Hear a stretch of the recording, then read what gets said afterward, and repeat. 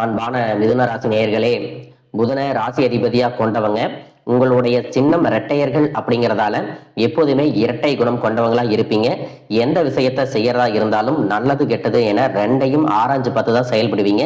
இக்கட்டான சூழ்நிலையில கூட சாமர்த்தியமாகவும் நிதானமாகவும் செயல்பட்டு வெற்றி அடையக்கூடியவங்களா இருப்பீங்க. புதன் ஆளப்படுறதால கல்வியில சிறந்து விளங்குவீங்க. மற்றவங்களுக்கு வழிகாட்டியாகவும் ஆலோசகர்களாகவும் இருப்பீங்க. ஏழை பணக்காரன் அப்படின்னு வித்தியாசம் பார்க்க மாட்டீங்க. எல்லார்கிட்டையும் கள்ளம் கபடம் இல்லாம பேசுவீங்க. எப்பவும் சிரிச்ச முகத்தோட இருப்பீங்க.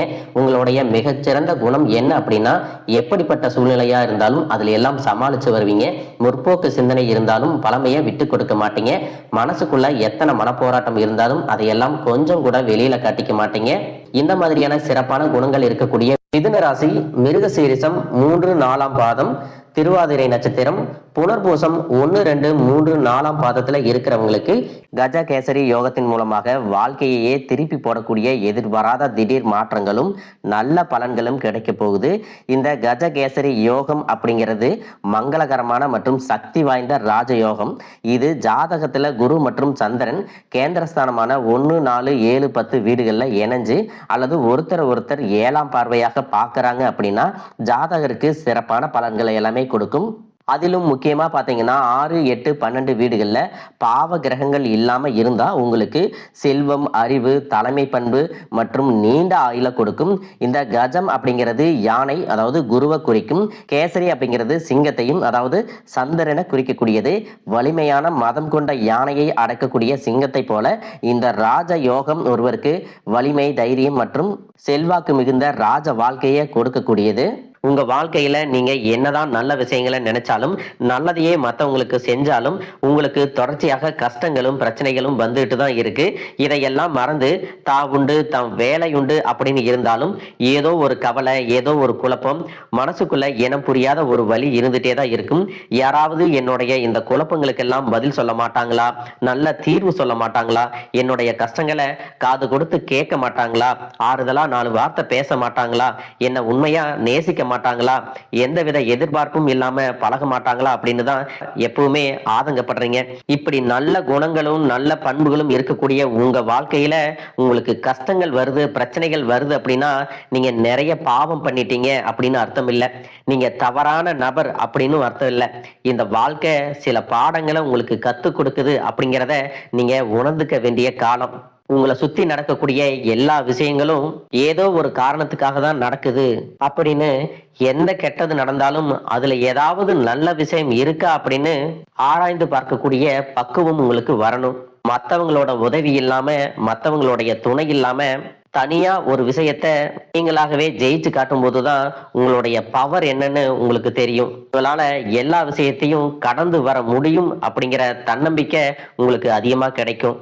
இப்ப வரைக்கும் நீங்க ஓரளவுக்கு நல்லா இருக்கீங்க அப்படின்னா உங்ககிட்ட இருக்கக்கூடிய நல்ல எண்ணங்களும் கடவுள் மேல வச்சிருக்கிற பக்தியும் இது வரைக்கும் நீங்க செஞ்ச தர்ம காரியங்களும் தான் உங்களை காப்பாத்திட்டு இருக்கு. இதுக்கு முன்னாடி நல்ல உறவுகளா இருந்திருப்பாங்க, நண்பர்களா இருந்திருப்பாங்க. அவங்களே சில இடங்கள்ல அவங்க சுயநலத்திற்காக உங்களை பயன்படுத்திட்டு சில துரோகங்களையும் செஞ்சிருப்பாங்க. இது வரைக்கும் இவங்க இப்படி செய்வாங்களா அப்படின்னு ஒரு கேள்விக்குறியோட இருந்த உங்களுக்கு இவங்க தான் இந்த காரியத்தை செஞ்சாங்க அப்படின்னு உறுதியான பதில் கிடைச்சிருந்திருக்கும். இப்பவாவது இந்த மாதிரி மனிதர்களுடைய உண்மையான குணம் என்ன அப்படிங்கிறத புரிஞ்சுக்கிட்டோம் அப்படிங்கிறதுக்காக நீங்க சந்தோஷம் தான் படணும். உங்களை பொறுத்த வரைக்கும் உங்களுக்கு கஷ்டத்தையே கொடுத்தாலும் எல்லாரும் நல்லா இருக்கணும் அப்படின்னு நினைக்கக்கூடியவங்க தாங்க நீங்க.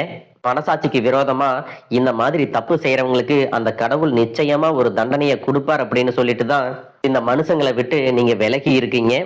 உங்களுடைய மனசுக்குள்ள 1000 கஷ்டம் இருந்தாலும், கண்ணீர் இருந்தாலும், வலிகள் இருந்தாலும் அதையெல்லாம் வெளிப்படுத்திக்காம சாதாரணமா நீங்க இருக்கிறதுனால உங்களை சுத்தி இருக்கிறவங்க எல்லாருமே இவங்களுக்கு என்னப்பா எல்லாமே இருக்கு, வாழ்ந்தா இவங்கள மாதிரி வாழணும் அப்படின்னு ஒரு மாதிரியா பேசுவாங்க. ஆனா உண்மைய சொல்லணும்னா, ஆனா மனசுல நிம்மதி இல்லாம, வயிறார சாப்பிட முடியாம, நிம்மதியா தூங்க முடியாம எவ்வளவு கஷ்டப்படுறீங்க அப்படிங்கிறது உங்களுக்கும் அந்த கடவுளுக்கும் மட்டும்தாங்க தெரியும். இந்த மாதிரி உங்க வாழ்க்கையில திடீர்னு ஒரு பிரச்சனை, உடம்பு சரியில்லை, ஹாஸ்பிட்டல்ல பெருசா செலவு வந்துருச்சு, பிசினஸ் எல்லாம் லாஸ் ஆயிருச்சு, திடீர்னு பண பிரச்சனை அப்படின்னு நீங்க முடங்கி போயிட்டா உங்களுக்கு கூட நின்று முழுசா உதவி செய்யறதுக்கோ, ஆறுதலா 4 வார்த்தை பேசுறதுக்கோ, அவ்வளவு ஏங்க, திரும்பி பார்க்க கூட உண்மையான ஆள் கிடையாது. நீங்களா ஏதோ தட்டு தடுமாறி எந்திரிச்சு நிக்கிறப்போ உங்களை குறை சொல்றதுக்குன்னே நிறைய பேர் தேடி வருவாங்க. உங்களுடைய உறவுகள்லயே சில பேர் ஒரு தேவைனா மட்டும்தான் உங்ககிட்ட ஓடி வருவாங்க. அந்த தேவை முடிஞ்சதுக்கு அப்புறம் உங்களை தூக்கி போட்டு போயிடுவாங்க. மறுபடியும் அவங்க உங்ககிட்ட வந்து உதவின்னு கேட்பாங்க. அப்ப கூட அவங்க முன்னாடி பண்ண துரோகத்தை எல்லாம் மறந்துட்டு மீண்டும் அவங்களுக்காக உதவி செஞ்சு ஏமாறக்கூடியவங்களா தான் நீங்க இருக்கீங்க. மற்றவங்களுக்காக பயன்படக்கூடிய நீங்க உங்களுக்காக உதவி செய்ய யாருமே முன்னாடி வர மாட்டாங்க. இந்த மாதிரி வாழ்க்கையில முன்னேறணும் அப்படிங்கிறதுக்காக தினம் தினம் கஷ்டப்பட்டு உழைக்கக்கூடியவங்க தாங்க நீங்க. ஏன் நமக்கு மட்டும் இவ்வளவு கஷ்டம் வருது, ஏன் எனக்கு மட்டும் இவ்வளவு பிரச்சனை வருது, என்னுடைய மனசாட்சிக்கு தெரிஞ்சு நான் யாருக்கும் எந்த கெடுதலையோ கஷ்டத்தையோ துன்பத்தையோ கொடுத்ததில்லை, எனக்கு மட்டும் ஏன் இந்த மாதிரி எல்லாம் நடக்குது அப்படின்னு சொல்லிட்டு கடவுள்கிட்டையும் உங்களுடைய குறைகளை எல்லாம் சொல்லிட்டு இருப்பீங்க. அடுத்து வரக்கூடிய 3 மாதங்களுமே உங்களுக்கு சிறப்பான மாதமா இருக்க போகுது. வேலைக்காக எதிர்பார்த்து இருக்கிறவங்களுக்கு நல்ல ஊதியத்துடன் வேலை கிடைக்க போகுது. இது வரைக்கும் படிப்புக்கு தகுந்த வேலை கிடைக்கல அப்படின்னு குறைவான சம்பளத்துல ஏதாவது ஒரு வேலையில இருந்திருப்பீங்க.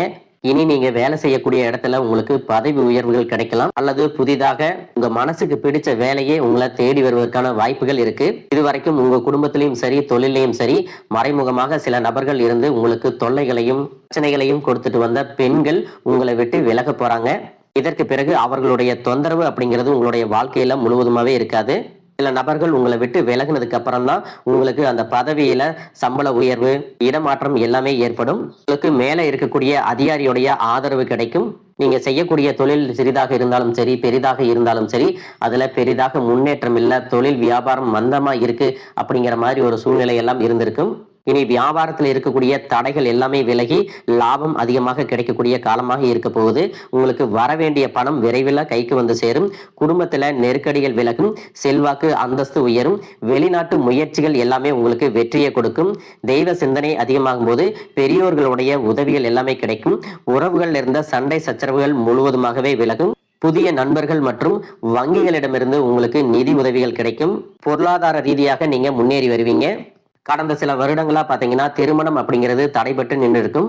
குரு பயிற்சிக்கு பிறகு உங்களுக்கு நல்ல ஒரு வாழ்க்கை துணை அமையும். உங்களை பொறுத்த வரைக்கும் நீங்க ஆண்களாக இருந்தாலும் சரி பெண்களாக இருந்தாலும் சரி நீங்க செய்யறது அரசு வேலையோ தனியார் வேலையோ கூலி வேலையோ எதுவாக இருந்தாலும் இது வரைக்கும் உங்களுடைய வருமானம் பற்றாக்குறையா இருந்திருக்கும், செலவுகள் அதிகமா இருந்திருக்கும். இனி வரக்கூடிய காலங்கள்ல உங்களுடைய சேமிப்பு அதிகமாக உயரப்போகுது. உங்களுக்கு வரக்கூடிய வருமானம் 2 மடங்கா கிடைக்க போகுது. இனி வரக்கூடிய காலகட்டங்கள்ல இது வரைக்கும் இருந்த கடன் பிரச்சனைகள் இருந்து நீங்க மீண்டு வருவீங்க. பிரிஞ்சிருந்த வாழ்க்கை துணை மீண்டும் உங்களை தேடி வருவதற்கான வாய்ப்புகள் பிரகாசமா இருக்கு. குழந்தைகள் மூலமாக உங்களுக்கு மன மகிழ்ச்சி ஏற்படும், பெருமை உண்டாகக்கூடிய தருணங்களும் அமைய போகுது. பெற்றோர்களுடைய ஆரோக்கியத்துல நீங்க அதிகமான கவனம் செலுத்தணும். நீண்ட தூர பயணங்கள் செல்வதை தவிர்த்துக்கணும். புதிதாக வீடு மற்றும் வாகனங்கள் வாங்குவதற்கான அனைத்து பொருளாதார வசதிகளும் உங்களுக்கு கிடைக்கும். பிரிந்திருந்த காதலர்கள் மீண்டும் ஒன்றாக சேர்வதற்கும் காதல் திருமணம் கைகூடி வருவதற்கான காலகட்டமாகவும் இந்த மாதம் இருக்க போகுது. நீண்ட நாட்களாக குழந்தை பாக்கியம் இல்லாதவர்களுக்கு குழந்தை பாக்கியம் கிடைக்கும். மனசுல இருக்கக்கூடிய பயம் நீங்கி தன்னம்பிக்கையும் தைரியமும் அதிகரிக்கும். மனதை ஒருநிலைப்படுத்தி கவனச்சிதறல் இல்லாம கடமையை உணர்ந்து செயல்பட்டீங்க அப்படின்னா உங்களுடைய உழைப்புக்கு தகுந்த உயர்வுகள் கிடைக்கும். அலுவலகத்துல உங்களுடைய பெயர் அதிகமாக பேசப்படும். சிலருக்கு பாத்தீங்கன்னா புதிய பணி வாய்ப்புகள் எல்லாமே கைகூடி வரும். யாருடைய தனிப்பட்ட விஷயத்திலும் தலையிட வேண்டாம். வெளிநாடு வெளியூர் செல்லும் வாய்ப்புகள் வரும். அரசு துறைகளில் இருக்கிறவங்க மறைமுக எதிரிகளிடம் எச்சரிக்கையாக இருக்கணும். புறம் பேசுவரை புறக்கணிக்க வேண்டும். மாணவர்கள் பாத்தீங்கன்னா மறதியை விரட்ட தினம் தினம் படிக்கணும். பெண்களுக்கு குடும்பத்துல மதிப்பு அதிகரிக்கும். உங்களிடத்துல பொருளாதாரம் சேரும் பொழுது சிற்றின்ப நாட்டம் அதிகமாக இருக்கும். உங்களுடைய சுய ஒழுக்கத்துல அதிகமான கவனம் தேவை. இதுவரைக்கும் இருந்த நெகட்டிவான எண்ணங்களை எல்லாம் விட்டுட்டு நம்ம வாழ்க்கை மாறப்போகுது அப்படின்னு நம்பிக்கையோடு எல்லா விஷயங்களையும் செய்யுங்க. நல்லதே நடக்கும். வாழ்க வளமுடன், வாழ்க பல்லாண்டு.